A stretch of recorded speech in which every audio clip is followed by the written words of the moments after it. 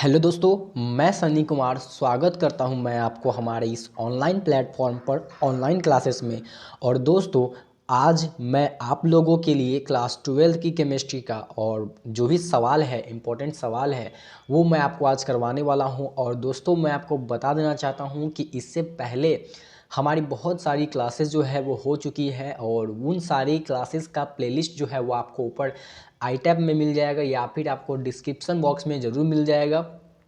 आप उस सारे क्लासेस को अटेंड कीजिए और सारे क्लासेस को देखिए ताकि आपको हर एक कंसेप्ट जो है, हर एक टॉपिक जो है वो आपको बहुत ही ईजीएस्ट वे में, बहुत ही आसानी से आपको समझ में आ सके। क्योंकि आप जब तक समझिएगा नहीं तब तक आप लोग आगे बढ़िएगा नहीं, ठीक है।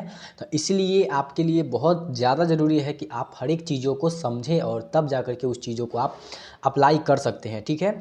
तो आज के इस क्लास में मैं आप लोगों की क्लास 12 की केमिस्ट्री से जो भी इम्पोर्टेंट सवाल है, न्यूमेरिकल से रिलेटेड सवाल मैं आपको लिए लेके आया हूँ दोस्तों। और ये सवाल जो है आपके एग्जाम में पूछा भी जाता है, ठीक है। तो मैं आप लोगों को जितने भी सवाल, इम्पोर्टेंट सवाल होते हैं, वो भी साथ साथ करवाते चलूँगा। और तो और जो भी कंसेप्ट है, जो टॉपिक है, वो भी मैं आपको रेगुलर वे में पढ़ा रहा हूँ, ठीक है। और हमारी हर एक क्लासेस को आप अटेंड कीजिए और इसका पीडीएफ नोट्स जो है वो नीचे टेलीग्राम चैनल का लिंक दिया हुआ है, वहाँ से ज्वाइन होकर के इसको प्राप्त कर सकते हैं, ठीक है। तो चलिए शुरू करते हैं आज की क्लासेस। इस क्लासेस में देख लीजिए, क्वेश्चन लिया हूँ मैंने क्लास 12 की केमिस्ट्री का फर्स्ट चैप्टर सॉलिड स्टेट से, जिसमें बोला जा रहा है दोस्तों, देख सकते हैं क्वेश्चन बोला जा रहा है कि एक घनीय ठोस है। कैसा ठोस है दोस्तों? तो घनीय ठोस है। कैसा है? घनीय ठोस दो तत्व, किस किस से? दो तत्व P तथा Q से बना है। किससे बना है? P तथा Q से बना है।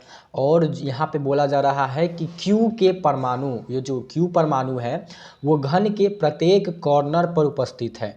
कहाँ उपस्थित है? प्रत्येक कॉर्नर पर उपस्थित है। इसका मतलब अगर हम सरल घनीय, जो घनीय ठोस होता है, उसका हम पिक्चर बनाए तो कुछ यूँ बनता है, ठीक है। कुछ आपको हम पढ़ाए होंगे तो आप हमारी सारी क्लासेस को अगर देखे होंगे तो आपको समझ में आ रहा होगा और आपको बिल्कुल समझ में आएगा दोस्तों, आप हमारी सारी क्लासेस को अगर देखिएगा तब, ठीक है। इस प्रकार से ये घनीय ठोस होता है, ठीक है। अब इस घनीय ठोस में क्या होता है दोस्तों कि घनीय ठोस की खासियत होती है कि हर एक कॉर्नर पे एक परमाणु उपस्थित होता है।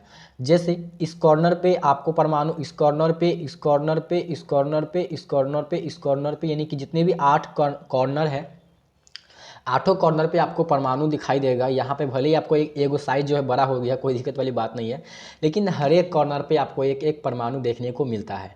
तो यहाँ पे क्या बोला जा रहा है दोस्तों? यहाँ पे बोला जा रहा है कि जो क्यू परमाणु है, जो क्यू परमाणु है, वो क्यू परमाणु यानी कि जो कॉर्नर पे जो उपस्थित है, क्यू के परमाणु घन के प्रत्येक कॉर्नर पर उपस्थित है।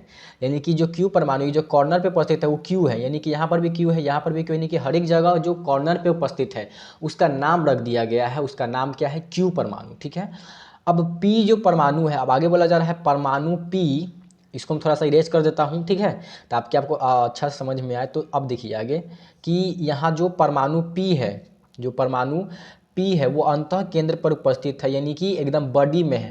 आपको पता होगा, पिक्चर ही हमने बताया था ना ऐसा, ठीक है। तो इस प्रकार से अगर है, ठीक है, तो जो परमाणु P है वो एकदम बॉडी में है। आपको पता होगा अगर कोई परमाणु बॉडी में है तो पूरी तरह से गिनती आता है, ठीक है। तो अब हम आगे देखते हैं इस टाइप के क्वेश्चन का आंसर क्या होगा दोस्तों। तो देखिए जो क्यू परमाणु है, एकक कोशिका के जो क्यू परमाणु है वो कहाँ उपस्थित है? कॉर्नर पे उपस्थित है।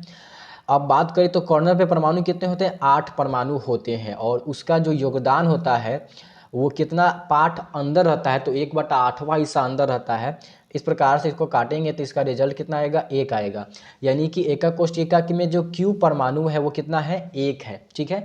और क्यू परमाणु यानी कि बोला जाए उसकी संख्या कितना हो जाएगा? क्यू हो जाएगा, एक ही वो क्यू रहेगा, क्योंकि उसमें परमाणु कितना है? 1 ही है, ठीक है।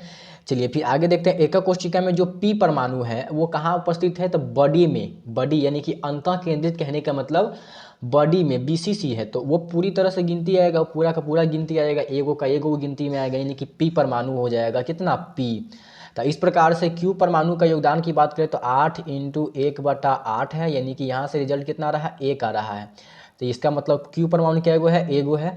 और पी परमाणु जो है वो पूरी तरह से बॉडी में ही है, तो इसका मतलब क्या एगो है? ये एगो है, पी। तो इस प्रकार से पी और क्यू इसको ज्वाइन कर देंगे तो इसका यौगिक का सूत्र जो बनेगा वो क्या बनेगा? P Q. क्या बनेगा? PQ। समझ में आ गया होगा दोस्तों, उम्मीद है इसी के साथ समझ में आ रहा है दोस्तों। तो आप इस वीडियो को लाइक भी करते चलिए और अपने दोस्तों के साथ ज़रूर से ज़रूर शेयर भी करते चलिए, ताकि आपसे हमसे और भी लोग जो है वो जुड़ सके। और जुड़ने के लिए कुछ नहीं करना है, एक सब्सक्राइब और दूसरा शेयर करना है, तीसरा लाइक भी करते चलना है। चलिए फिर आगे बढ़ते हैं अगले क्वेश्चन की तरफ। चलिए अगला सवाल देखिए। अगला सवाल में बोला जा रहा है दोस्तों कि एक FCC जालक है। कैसा जालक है? एक FCC जालक। FCC जालक कैसा होता है आपको पता होगा, उम्मीद है आपको पता भी होना चाहिए। ठीक है, FCC जालक जो है वो कुछ यूँ होता है। ठीक है, इस प्रकार से FCC जालक होता है जिसमें हर एक कॉर्नर पर तो परमाणु होता ही है, साथ ही साथ ये जो घन बना रहा है, ये जो क्रिस्टल बना रहा है, इस क्रिस्टल के हर एक सतह पर इस प्रकार से हर एक सतह पर परमाणु उपस्थित होता है। ठीक है, और कॉर्नर पर तो होता ही है, आपको पता भी होगा, कॉर्नर पे हर एक कॉर्नर पे परमाणु उपस्थित होता ही है। ठीक है, इस प्रकार से परमाणु जो है हर एक कॉर्नर पे उपस्थित होता ही है, और साथ ही साथ क्या होता है, एक एक फेस पे होता है। ठीक है, आप हमारे पिछले क्लासेस को पूरी अटेंड कीजिए ताकि आपको हर एक चीज़ जो है वो क्रिस्टल क्लियर हो सके। ठीक है, चलिए तो इस क्वेश्चन की तरफ बढ़ते बोला जा रहा है कि A तथा B परमाणु से बना हुआ है। किससे बना हुआ है? A तथा B परमाणुओं से बना हुआ है। चलिए अच्छी बात है, बना है तो बना है। अब आगे देखिए हमारी काम की बात क्या है। काम की बात है यदि परमाणु A घन के कोने पर उपस्थित है। कहाँ उपस्थित है?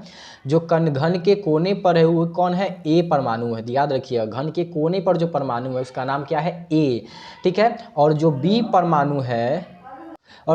परमाणु है वो कहाँ उपस्थित है? फलक पर है। B परमाणु कहाँ है? फलक पर है, यानी कि जो फेस पर जो परमाणु है वो उसका नाम क्या है? B। क्या नाम है? B परमाणु। ठीक है, आप याद रखिएगा दोस्तों, याद नहीं करना, क्वेश्चन तो दिया हुआ है, ये आप क्वेश्चन को एक एक बार पढ़ते रहिए। देखिए तो B परमाणु क्या है? फलक पर है, और जो A परमाणु है वो कहाँ है? कॉर्नर पर है।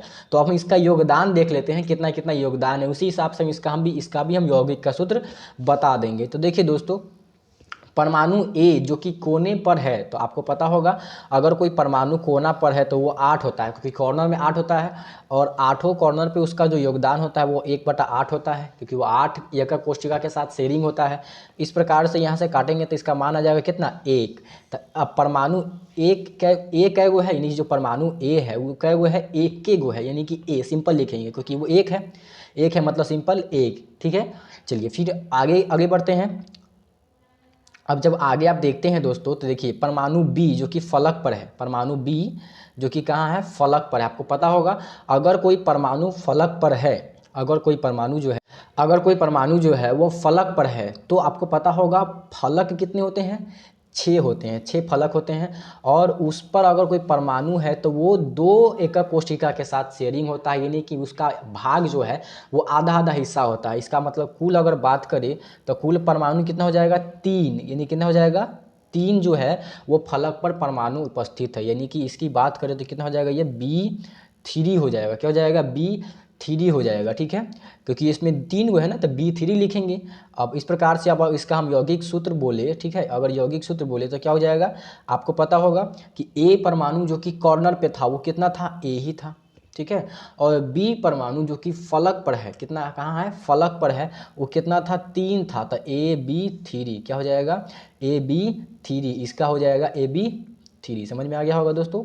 चलिए इसका यौगिक का सूत्र क्या हो गया? AB3। ठीक है, क्यों? क्योंकि A परमाणु जो कि है कॉर्नर पर है और B परमाणु जो कि फलक पर है, तो फलक पे 6 फलक होता है और उसका योगदान होता है 1/2, यानी कि 3। तब B परमाणु क्या गो है? 3 गो है, तो इसको हम B3 से डिनोट करते हैं। ठीक है, और A परमाणु जो कि कॉर्नर पे उसको हम A से डिनोट करेंगे क्योंकि वो एक ही है। ठीक है, तो इस प्रकार के मज़ेदार सवाल आपको कैसे लगे आप हमारे नीचे कमेंट बॉक्स में बता सकते हैं। वीडियो अच्छा लगा हो दोस्तों, आप हमारे इस चैनल को लाइक इस वीडियोस को लाइक कीजिए, चैनल को सब्सक्राइब कीजिए, और अपने दोस्तों के साथ शेयर नहीं किए हैं तो ज़रूर शेयर कीजिए ताकि उसको भी पता चले कि हम आपसे जुड़े हुए हैं। ठीक है, चलिए तो फिर हम लोग मिलते हैं अगली क्लासेस में। चैनल को सब्सक्राइब करना ना भूलें और वीडियो को लाइक करना बिल्कुल ना भूलें। ठीक है, और ये क्वेश्चन आपको सॉल्यूशन के साथ, मतलब अगर क्वेश्चन के साथ चाहिए दोस्तों तो आपको नीचे टेलीग्राम चैनल का लिंक दिया हुआ है। नीचे आप जब डिस्क्रिप्शन बॉक्स खोलिएगा, ठीक है, तो वहाँ पे आपको टेलीग्राम चैनल का लिंक मिल जाएगा। ठीक है, वहाँ से आप हमारे इस चैनल से ज्वाइन हो जाइए ताकि आपको हर एक PDF जो है वो वहाँ पे प्रोवाइड कर दिया जाएगा, और सबसे पहले जो भी चीज़ें अपडेटेड होगी वो वहाँ पे मैं प्रोवाइड करूँगा। हमारे हर एक सेक्शन को देखते रहिए दोस्तों। फिर मिलते हैं अगले वीडियो में, तब तक के लिए बाय एंड थैंक यू। जय हिंद।